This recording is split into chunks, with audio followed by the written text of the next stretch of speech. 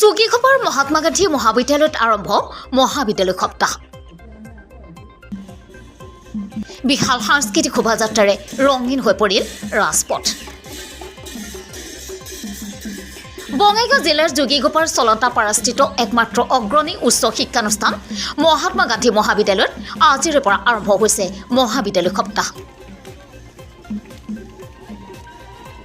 এই উপলক্ষে আজি মহাবিদ্যালয়খনৰ ছাত্ৰ ছাত্ৰীসকলে উলিওৱা এক বৰ্ণিল শোভাযাত্ৰাত ৰঙীন হৈ পৰিল চলন্তাপাৰাৰ ৰাজপথ। মহাবিদ্যালয়খনত আজিৰে পৰা 5 দিনীয়া বৰ্ণাঢ্য কাৰ্যসূচীৰে আৰম্ভ হোৱা মহাবিদ্যালয় সপ্তাহৰ এক বৰ্ণিল সাংস্কৃতিক শোভাযাত্ৰা উলিওৱা হয়। মহাবিদ্যালয়খনৰ অধ্যক্ষগৰাকীয়ে উদ্বোধন কৰা শিক্ষাৰ্থীসকলে উলিওৱা সাংস্কৃতিক শোভাযাত্ৰাত বিহু, ৰাভা, গোৱালপৰীয়া, বড়ো, বঙালী, জিকিৰজাৰী, কোচ ৰাজবংশী আদি বিভিন্ন জাতি জনগোষ্ঠীয় নৃত্যৰ সমাহাৰ ঘটে।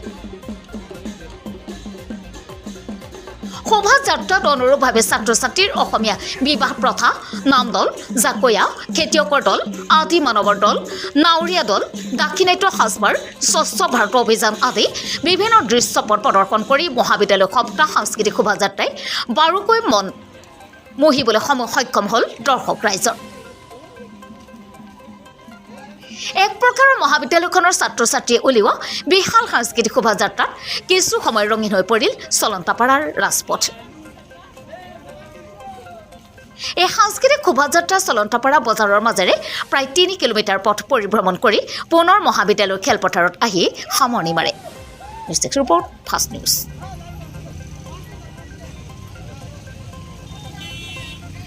মহাত্মা গান্ধী মহাবিদ্যালয়ত এক পৰম্পৰা। আমি প্ৰতি বছৰে মহাবিদ্যালয় সপ্তাহৰ লগত সংগতি ৰাখি প্ৰথম কাৰ্যসূচী আমাৰ আমাৰ ছাত্ৰ ছাত্ৰীসকলক লৈ আমি অসমৰ বিভিন্ন জাতি জনগোষ্ঠীৰ সাংস্কৃতিক পৰিধান কৰি আমি শোভাযাত্ৰা কৰা এক আমাৰ পৰম্পৰা হৈ গৈছে। ঠিক এইবেলিও আমি সেই উদ্দেশ্য আগত ৰাখি আমাৰ ছাত্ৰ ছাত্ৰীসকলে বিভিন্ন জাতি জনগোষ্ঠীৰ সাংস্কৃতিক সমাৰোহ কৰে আমি শোভাযাত্ৰা কৰি আহিলোঁ।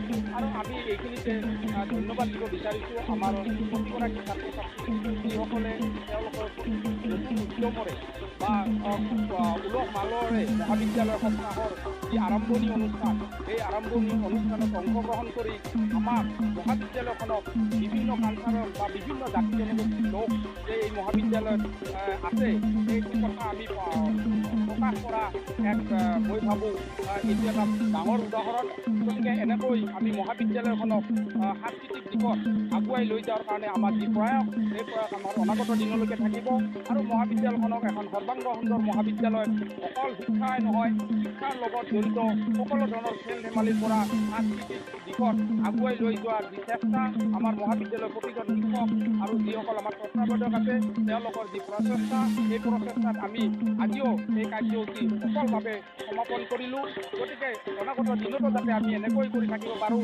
আৰু বিশেষকৈ মই এই অঞ্চলৰ সকলো মিডিয়াক যে আমাৰ মহাবিদ্যালয়ৰ যিকোনো অনুষ্ঠানত তেওঁলোকে আমাৰ গোটেই অসমতে প্ৰসাৰ কৰাৰ কাৰণে যি চেষ্টা প্ৰয়াস, আমি সেই সুযোগতে তেওঁলোকৰ লাভ লৈছোঁ। আৰু আমাৰ অধ্যক্ষ মহোদয়ক ধন্যবাদ জনাইছোঁ যে তেখেতেও আমাৰ সহায় আৰু সহযোগিতা কৰিছে, যাৰ কাৰণে আমাৰ তত্ত্বাৱধায়কসকলে আজি এক ধুনীয়া সাংস্কৃতিক শোভাযাত্ৰা কৰিবলৈ আমি